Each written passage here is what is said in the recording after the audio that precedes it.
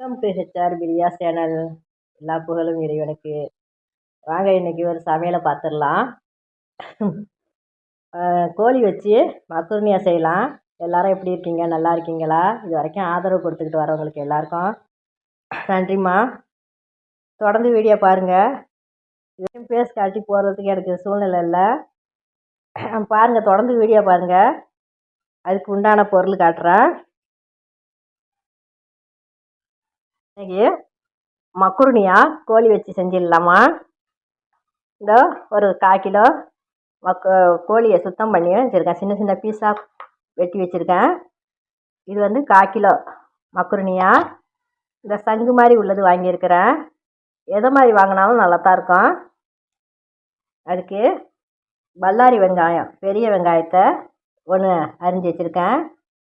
தக்காளி 3 தக்காளி இது, அதை அரிஞ்சு வச்சுருக்கேன். புதினாமல்லி கைப்பிடி அளவு அதையே அரிஞ்சு வச்சுருக்கேன்.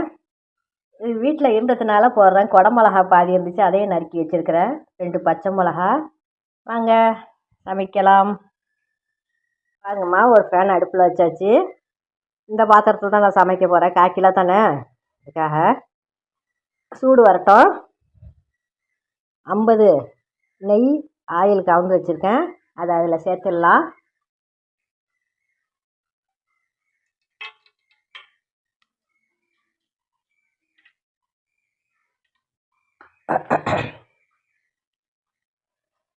நூறு தேவைப்படாது, ஒரு அதுலேயே கொஞ்சம் குறைச்சிக்கோங்க.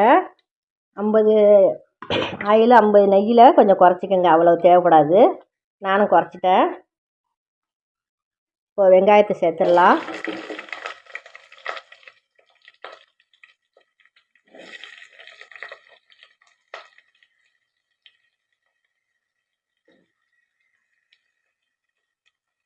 இது நல்லா வதங்கட்டும்.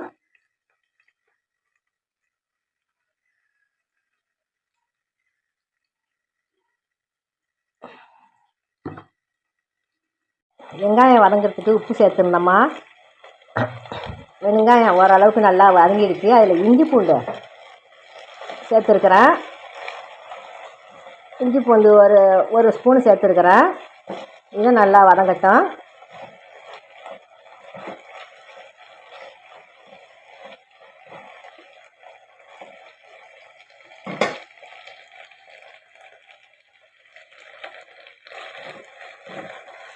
ரொம்ப கருகி வதங்க வேண்டியல, இந்த ஓரளவுக்கு கண்ணாடி பழத்துக்கு வதங்கினா போதும். இப்போது காரத்துக்கு தக்கன மிளகாத்தூள் சேர்த்துக்கலாம். நான் 1/2 ஸ்பூன் சேர்க்குறேன். ரொம்ப காரமாக போயிட்டா சரியாக வராது. செஞ்சு பாருங்கள், நல்லாயிருக்கும். காலையில் டிஃபனுக்கு செய்யலாம், சாயந்தரத்துக்கு செய்யலாம். செஞ்சு பாருங்கள். வீடியோவை தொடர்ந்து பாருங்கள், ஆதரவு கொடுங்கம்மா. இப்போது தக்காளி சேர்த்துடலாம்.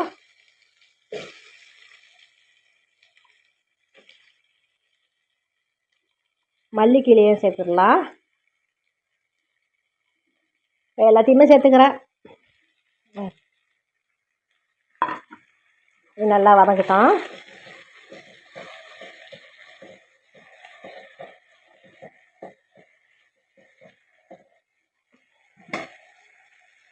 இப்போது இதில் கோழிக்கறியும் சேர்த்துக்கிறேன்.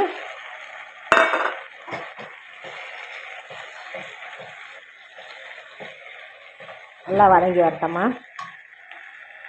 இப்போ கோழி நல்லா வதங்கிடுச்சுமா. செய்யுங்க, வர நோன்பு வருது, ரமலானில் செய்யுங்க. இப்போ செஞ்சு பார்த்துட்டு உங்களுக்கு பிடிச்சிருக்கோன்னு நினைக்கிறேன். நோம்பில் செய்யுங்க. எல்லாருமே செஞ்சு பாருங்கம்மா. நோம்புக்கு தான் செய்யணும்ல, எல்லாரும் எல்லோரும் செஞ்சு பாருங்கள். சூப்பராக இருக்கும். இதில் கொஞ்சம் தண்ணி சேர்த்துக்கிறேம்மா. இந்த கப்பால் தான் 2 கப்பு மக்குருனி அளந்தேன். இதில் ஒரு 4 கப்பு தண்ணி சேர்க்கணும். அதனால் இப்போ 1/2 கப்பு சேர்த்துக்கிறேன். இது கொஞ்சம் வேகட்டும், ஒரு 10 நிமிஷம் வேகட்டும்.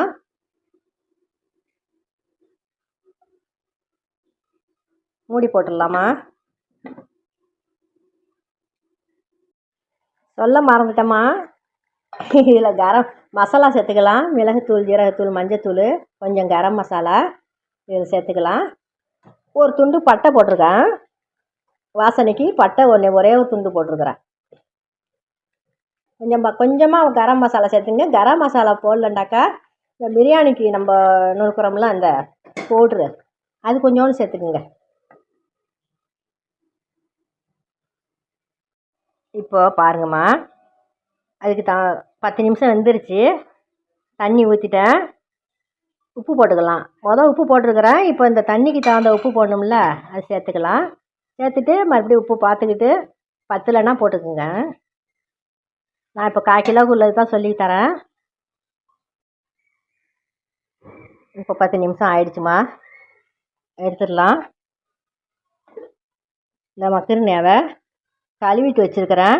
கடையில் வாங்குகிற பொருளை கழுவிட்டு தான் உபயோகப்படுத்துன்னு. அதில் சேர்த்திடலாம்.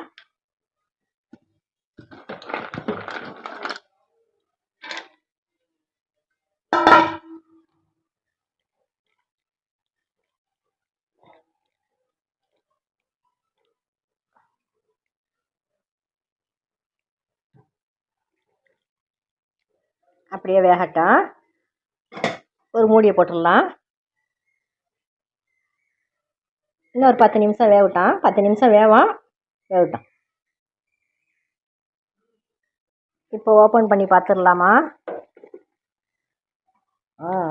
சூப்பராக வந்துருச்சு. கொஞ்சம் இதில் தண்ணி இருக்குன்னு அது அப்படியே சுண்டிடும். அப்போ தான் நல்லாயிருக்கும். சாப்பிட்டு பார்த்துடலாமா? கரண்டியால் அல்ல, இந்த கரண்டியால் அல்றேன்.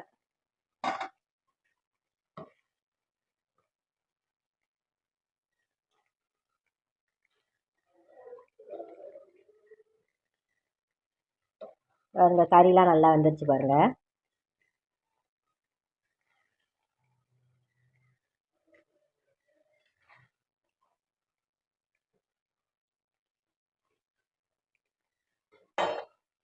இப்போ அடுப்பு ஆஃப் பண்ணிடலாம்.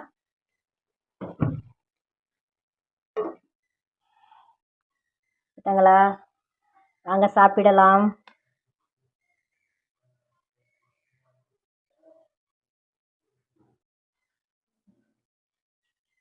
எல்லாம் ரெடி ஆயிடுச்சுமா? பார்த்தங்களா, வாங்க சாப்பிடலாம்.